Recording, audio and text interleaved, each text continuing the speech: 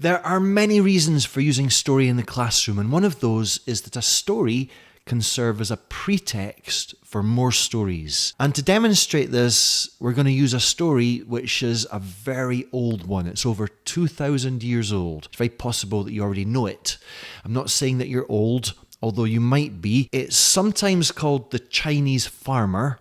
According to Wikipedia, the title, or the original title, is The Old Man Lost His Horse, but it all turned out for the best, which I think you'll agree is not a very good title for a story, is it? I mean, apart from not being very catchy, it ruins the ending.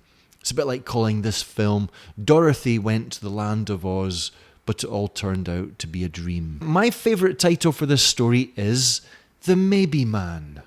The Maybe Man. You'll see why. And I suggest that you tell the story to your students twice, maybe even 3 times. Ask them to listen carefully and make meaning. What's it all about?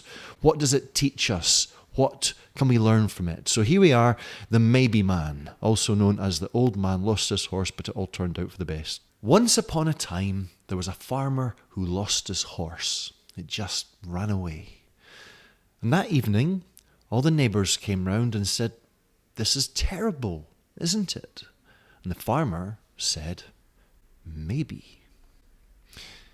The next day, the horse came back and brought with it 7 wild horses.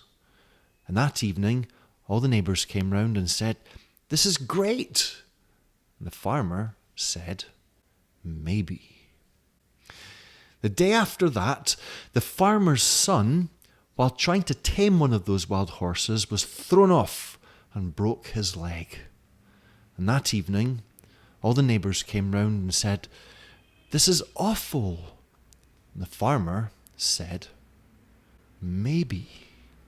The next day, some conscription officers came round looking for young men to join the army, but they had to reject the farmer's son because of his broken leg.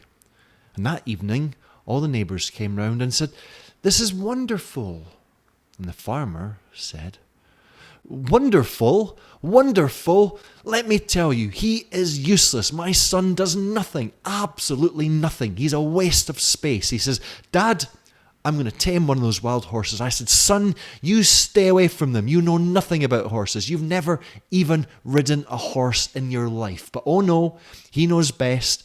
2 minutes, 1 broken leg. And guess what? Who's the person that's got to look after him? Who's got to take him the soup? Who's got to wipe his bum? It's me.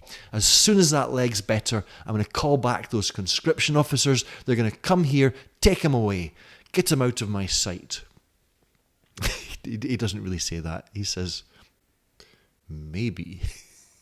So that story came to me, as it probably did for many people, through Alan Watts, the English writer well known for popularising Zen Buddhism and Taoism for Western audiences back in the 1950s and 60s. I'm not that old, but there's a really good YouTube video in which you can hear him tell the story and see where I got it from. I'll include the link below. By the way, if you're still watching this, could you be so kind as to give this video a cheeky little thumbs up? Maybe even subscribe to the channel. Maybe. The story, I think what it does is it illustrates some ideas which are central to those philosophies, which is the importance of accepting the natural flow of life without labelling events as being either good or bad, because we never really know what the consequences will be. Something which seems good can have bad consequences, or something which seems bad can end up having good consequences. At the start of this video, I said that a story can serve as a pretext for more stories. And in this case, students can take inspiration from the structure, this chain of events. This good thing gives rise to a bad thing, gives rise to a good thing, gives rise to a bad thing, etc. It's all about cause and effect. This is something which is very important to plots. Things don't just happen, they happen because of something else. So let's see who can write the longest chain of good things, bad things. This is a task for your students. Let me give you an example. This here is John. And poor John, one day his car gets stolen.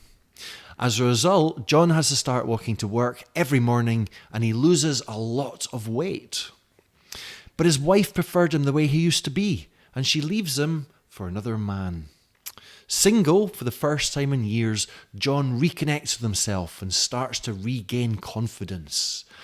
But that confidence eventually turns into arrogance and cockiness, and John's friends grow tired of him and they stop inviting him out. John spends a lot of time at home, he saves a lot of money, and he learns how to cook. But one night, while cooking, he starts a fire and burns down his kitchen, etc. You get the idea.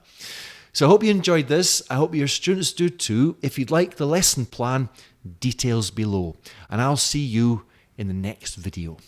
Maybe.